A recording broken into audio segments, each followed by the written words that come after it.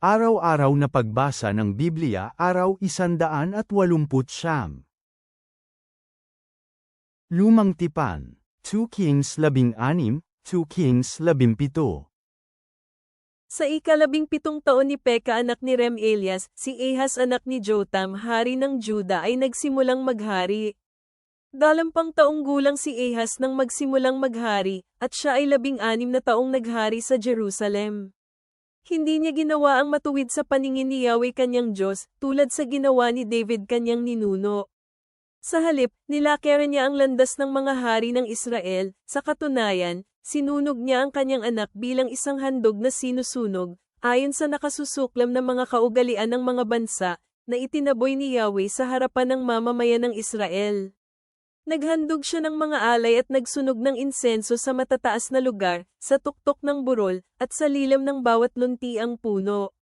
Pagkatapos si Rezin, hari ng Aram at Peka anak ni Remalias, hari ng Israel, ay dumating at sinalakay ang Jerusalem. Napalibutan nila si Ahaz, pero hindi siya magapi. Sa panahong iyon, si Rezin hari ng Aram ay nabawi ang Elet para sa Aram at itinaboy ang mga taga-Juda mula sa Elet. Pagkatapos dumating ang mga taga-Aram sa Elet kung saan sila ay naninirahan hanggang sa mga araw na ito. Kaya nagsugo ng mga tagapagbalita si Ahaz kay Tiglath-Pileser hari ng Assyria, sinasabing, "Ako ay iyong lingkod at iyong anak. Lumapit ka at iligtas ako mula sa kamay ng hari ng Aram at mula sa kamay ng hari ng Israel, na lumusab sa akin." Kaya kinuha ni Ahaz ang pilak at gintong mayroon sa tahanan ni Yahweh at kasama ng mga yaman ng palasyo ng hari at ipinadala ito bilang isang handog sa hari ng Assyria. Pagkatapos pinakinggan siya ng hari ng Assyria, at dumating ang hari ng Assyria laban sa Damasco, sinakop ito at ibinilanggo ang kanilang mamamayan sa Kir. Pinaslang din niya si Rezin ng hari ng Aram. Nagtungo sa Damasco si Haring Ahaz para makipagkita kay Tiglath-Pileser hari ng Assyria. Sa Damasco nakita niya ang isang altar. Pinadala niya kay Urias ang pari ang isang modelo ng altar at pagpaparisa nito at ang plano ng lahat ng kailangang gawin. Kaya si Urias ang pari ay nagtayo ng altar ayon sa plano na ipinadala ni Haring Ahaz mula sa Damasco. Ito ay natapos bago bumalik si Haring Ahaz mula sa Damasco. Nang dumating ang hari mula sa Damasco nakita niya ang altar, lumapit ang hari sa altar at nag-alay dito. Inalay niya ang kanyang handog na susunugin, at handog na butil, ibinuhos niya ang kanyang handog na iinumin, at iwinisik ang dugo ng handog ng pakikisama sa altar. Ang tansong altar na nasa harap ni Yahweh inilipat niya ito mula sa harap ng templo, mula sa pagitan ng kanyang altar at templo ni Yahweh at nilaipat ito sa gawing hilaga ng kanyang altar. Pagkatapos inutusan ni Haring Ahaz si Urias ang pari, sinasabing, sa malaking altar sunugin ang pang-umagang handog na susunugin at sa gabi ang handog na butil, at ang handog na susunugin ng hari at kanyang handog na butil, kasama ang handog na susunugin ng lahat ng mga tao sa lupain, at ang kanilang handog na butil at kanilang handog na iinumin. Wisikan itong lahat ng dugo ng handog na susunugin at lahat ng dugo ng iaalay. Pero ang tansong altar ay para sa aking paghingi ng tulong ng Diyos. Ginawa nga ni Urias ang pari kung ano ang pinag-utos ni Haring Ahaz. Pagkatapos inalis ni Haring Ahaz ang mga balangkas at palanggana mula sa mga nalilipat na patungan, inalis din niya ang dagat mula sa bakang tanso na nasa ilalim nito at inilapag sa batong nakalatag. Inalis din niya ang may bubong na daanan na kanilang itinayo sa templo para sa araw ng pamamahinga, kasama ang pasukan ng hari sa labas ng templo, lahat dahil sa hari ng Assyria. Sa iba pang mga bagay tungkol kay Ahaz at kung ano ang kanyang ginawa, hindi ba ang mga ito ay nakasulat sa ang aklat ng mga kaganapan ng mga buhay ng hari ng Juda? Nahimlay si Ahaz kasama ng kanyang ninuno at inilibing kasama ang mga ninuno niya sa lungsod ni David. Si Hezekias kanyang anak ay naging hari kapalit niya. Sa ika-12 taon ni Ahaz hari ng Juda, nagsimula ang paghahari ni Hosea anak ni Ela. 9 taon niyang pinamunuan ang buong Israel sa Samaria. Ginawa niya ang masama sa paningin ni Yahweh, gayunman hindi katulad ng mga nakaraang hari ng Israel. Nilusob siya ni Salmaneser hari ng Assyria, at naging lingkod niya si Hosea at nagbigay sa kanya ng buwis. Pagkatapos nabatid ng hari ng Assyria na si Hosa ay nagbabalak laban sa kanya, dahil nagsugo ng mga mensahero si Hosea kay So hari ng Ehipto, gayon din, hindi siya nagbibigay ng buwis sa hari ng Assyria, tulad ng ginagawa niya taon-taon. Kaya ang hari ng Assyria ay iginapos at ikinulong siya. Pagkatapos nilusob ng hari ng Assyria ang buong lupain, at nilusob ang Samaria at sinakop ito sa loob ng 3 taon. Sa ika-9 na taon ni Hosea, sinakop ng hari ng Assyria ang Samaria at dinalang bihag ang Israel sa Assyria. Dinala niya sila sa Hala, sa ilog Haber sa Gozen, at sa mga lungsod ng Medes. Ang pagkakabihag na ito ay naganap dahil ang mga Israelita ay nagkasala laban kay Yahweh ang kanilang Diyos, na naglabas sa kanila mula sa lupain ng Ehipto, mula sa kapangyarihan ng Faraon hari ng Ehipto. Ang mga tao ay sumasamba sa ibang mga Diyos at sinusundan ang mga kaugalian ng mga bansang itinaboy ni Yahweh sa harapan ng mga Israelita, at sa mga kaugalian ginagawa ng mga hari ng Israel. Ang mga Israelita ay palihim na gumawa ng mga bagay na hindi matuwid laban kay Yahweh ang kanilang Diyos. Nagtayo sila ng mga dambana sa lahat ng lungsod, mula sa tore ng tagabantay hanggang sa pinagtibay na lungsod. Nagtayo rin sila ng mga banal na batong poste at poste ni Asera sa bawat burol at lilim ng luntiang puno. Nagsunog sila ng insenso roon sa mga dambana, tulad ng mga ginagawa ng mga bansa, silang mga itinaboy ni Yahweh sa kanilang harapan.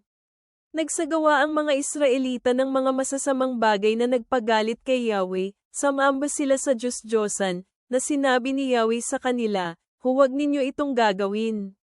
Gayunman si Yahweh ay nagpahayag sa Israel at sa Juda sa bawat propeta at sugo, sinasabing, talikuran ang inyong masasamang gawa at sundin aking mga utos at aking mga bilin, at maingat na sundin lahat ng batas aking pinag-utos sa inyong mga ama, at aking ipinabatid sa inyo sa pamamagitan ng aking mga lingkod ang mga propeta. Pero hindi sila nakikinig, sa halip sila ay nagmamatigas tulad ng kanilang mga ninuno na hindi nagtiwala kay Yahweh ang kanilang Diyos. Tinanggihan nila ang kanyang kautusan at ang tip ang ginawa sa pagitan niya at kanilang mga ninuno, at mga utos sa tipan na kanyang binigay sa kanila. Sinunod nila ang mga walang kabuluhang kaugalian at maging sila mismo ay naging walang kabuluhan. Sinundan nila ang mga pag-anong bansang nakapaligid sa kanila, silang pinag-utos na Yahweh na huwag gagayahin. Sinuwi nilang lahat ang mga utos ni Yahweh na kanilang Diyos. Gumawa sila ng imahe ng 2 batang baka mula sa hinulmang bakal para sambahin. Gumawa sila ng poste ni Asera, at sinamba lahat ng bituin sa langit at si Baal. Inalay nila ang kanilang mga anak na lalaki at babae sa apoy bilang mga handog na susunugin, gumamit ng panghuhula at panggagayuma, pinagbili kanilang mga sarili para gawin ang masama sa paningin ni Yahweh, at siya ay galitin. Kaya galit na galit sa Israel si Yahweh at inalis sila sa kanyang paningin. Walang ibang natira maliban sa lipi ni Juda. Kahit ang Juda ay hindi sinunod ang mga utos ni Yahweh ang kanilang Diyos, pero sa halip ay sinundan din ang mga kaugaliang sinusunod ng Israel. Kaya tinanggihan ni Yahweh lahat ng lahi ng Israel, pinahirapan niya sila at ibinigay sila sa kamay ng mga taong ako sa kanila bilang bagay na samsam, hanggang itinaboy niya sila sa kanyang harapan. Pinilas niya ang Israel sa maharlikang angkan ni David, at ginawa nilang hari si Jeroboam anak ni Nebat. Nilihis ni Jeroboam ang Israel mula sa pagsunod kay Yahweh at hinayaan gumawa ng isang malaking kasalanan. Sinunod ng mga Israelita lahat ng pagkakasala ni Jeroboam at hindi nilisan ang mga ito, kaya inalis ni Yahweh ang Israel sa kanyang paningin, gaya ng sinabi niya sa lahat ng kanyang mga lingkod ang mga propeta na gagawin niya. Kaya ang Israel ay tinanggi sa Assyria mula sa sarili niyang lupain, at ito ang kalagayan hanggang sa araw na ito.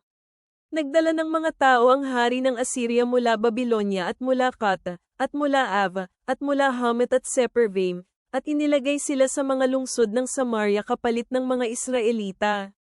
Pinamahalaan nila ang Samaria at nanirahan sa mga lungsod nito. Naganap ito sa simula ng kanilang paninirahan doon na hindi nila pinarangalan si Yahweh. Kaya nagsugo ng mga leon si Yahweh sa kalagitnaan nila na pumatay ng ilan sa kanila. Kaya sila ay nakipag-usap sa hari ng Assyria, nagsabing, ang bansang dinala mo at inilagay sa mga lungsod ng Samaria ay walang alam sa mga kaugaliang hinihingi ng Diyos ng lupain. Kaya siya ay nagsugo ng mga leon sa aming kalagitnaan, at tingnan mo, pinapatay ng mga leon ang mga tao dahil hindi nila alam ang kaugaliang hinihingi ng Diyos ng lupain. Pagkatapos pinag-utos ng hari ng Assyria, sinasabing, kunan ang isa sa mga pari na dinala mo mula roon, at pakawalan siya at hayaang mamuhay doon, at hayaang siyang turuan sila ng kaugaliang hinihingi ng Diyos ng lupain.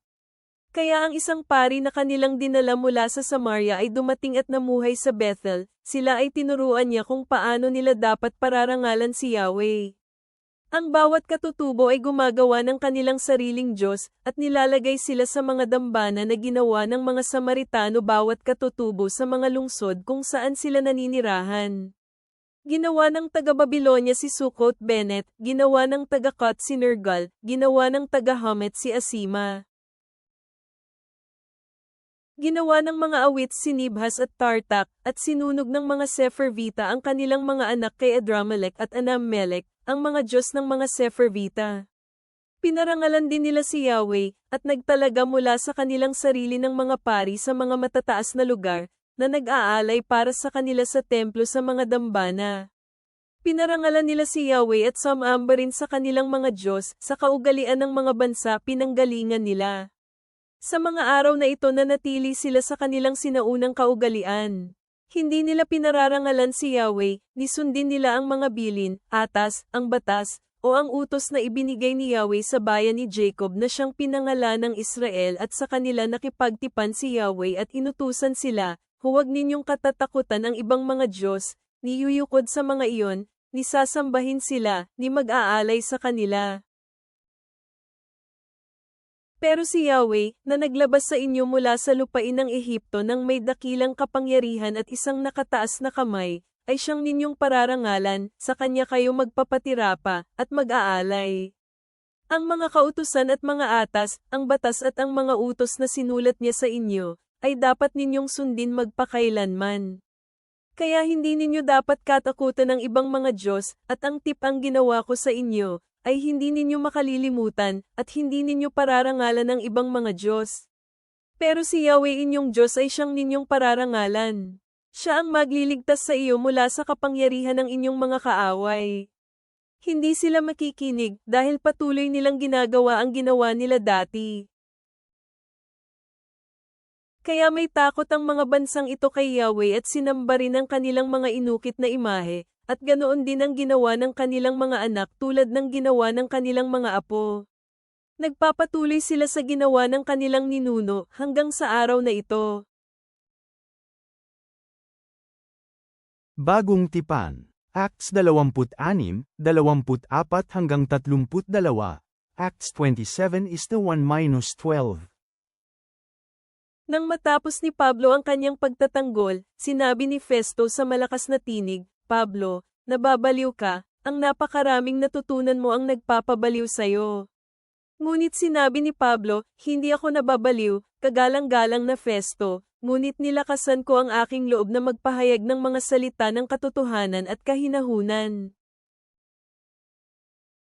Sapagkat nalalaman ng hari ang mga bagay na ito, at kaya't, malaya akong nakapagsasalita sa kanya, sapagkat ako'y nahikayat na wala sa mga bagay na ito ang may tatago sa kanya, sapagkat hindi ito ginawa sa isang sulok. Naniniwala ka ba sa mga propeta, Haring Agrippa? Alam ko na naniniwala ka. Sinabi ni Agrippa kay Pablo, sa maikling panahon ay hinihikayat mo ako na maging Kristiyano.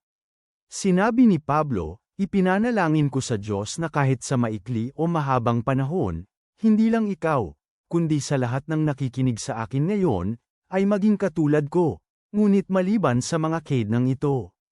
Pagkatapos tumayo ang hari at ang gobernador, at si Bernice din at ang mga nakaupong kasama nila. Nang umalis sila ng bulwagan, nag-usap-usap ang bawat isa at nagsabing, ang taong ito ay walang ginawa na anuman na karapat-dapat sa kamatayan o pagkabilanggo. Sinabi ni Agrippa kay Festo, ang taong ito ay maaaring napalaya na kung hindi sana siya umapila kay Cesar. Nang mapagpasyahan na maglayag kami papunta sa Italia, ibinigay nila si Pablo at iba pang mga bilanggo sa isang senturyon na nagngangalang Julio, na nasa hukbo ni Augusto. Sumakay kami sa isang barko galing Edremisio, na malapit ng maglayag na sa mga dalampasigan ng Asia. Kaya naglayag kami. Sumama sa amin si Aristarca mula sa Tesalonica ng Macedonia. Nang sumunod na araw dumaong kami sa lungsod ng Sidon, kung saan pinakitunguhan ng mabuti ni Julio si Pablo at pinayagan siyang pumunta sa kanyang mga kaibigan upang matanggap ang kanyang mga kailangan.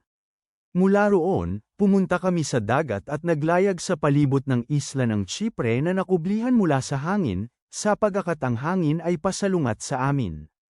Nang makapaglayag kami sa tubig malapit sa Cilicia at Pamphylia, dumating kami sa Mira, isang lungsod ng Lycia. Doon, nakatagpo ang senturyon ng barko galing Alexandria na maglalayag patungong Italia.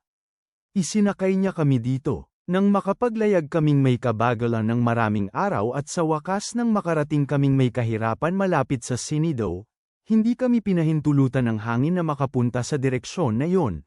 Kaya naglayag kami malapit sa mga nasisilungang bahagi ng Creta, tapat ng Salmon. Naglayag kami sa gilid ng Dalamapsayga na may kahirapan, hanggang nakarating kami sa isang lugar na tinatawag na Mabuting Daungan na malapit sa lungsod ng Lasi. Maraming panahon na ang lumipas sa amin, ang panahon ng pag-aayuno ng mga Hudyo ay lumipas na rin at naging mapanganib na ang maglayag. Kaya binalaan sila ni Pablo, at sinabi, mga kalalakihan, nakikita kong ang paglalayag na ating gagawin ay maaaring may masaktan at maraming pagkawala, hindi lang ng ating mga kargamento at ng barko, ngunit pati na rin ng ating mga buhay. Ngunit ang senturyon ay mas nagbigay ng pansin sa pinuno at sa may-ari ng barko, kaysa sa mga bagay na sinabi ni Pablo. Sapagkat hindi madaling tumigil sa daungan sa taglamig, karamihan sa mga mandaragat ay nagpapayong maglayag mula roon, kahit sa anumang paraan ay makaya naming abutin ang lungsod ng Phoenix, upang magpalipas doon ng taglamig. Ang Phoenix ay isang daungan sa Creta, at ito ay nakaharap sa Hilagang Silangan at Timog Silangan. Mga awit, Psalm 81:8-16. Ama naming nasa langit, kami ay lumalapit sa iyo na may mga pusong bukas sa iyong gabay, na nagmumuni-muni sa mga aral mula sa ikalawang hari, kung saan ang kawalan ng katapatan ng Israel ay humantong sa kanilang pagbagsak. Tulungan mo kaming manatiling matatag sa aming pananampalataya, na yakapin ang iyong tinig habang kami ay naglalakbay sa mga bagyo ng buhay, tulad ng matapang na pagpapahayag ni Pablo ng katotohanan sa mga gawa. Naway pakinggan namin ang panawagan sa awit Kapitulo 81 na makinig sa iyo, tumalikod sa mga distractions, at hanapin ang iyong karunungan. Palakasin ang aming determinasyon na magtiwala sa iyong mga plano, kahit naharapin namin ang kawalan ng katiyakan, at bigyan mo kami ng lakas upang ibahagi ang iyong pag-ibig sa iba. Punuin mo kami ng habag ni Kristo. Amen.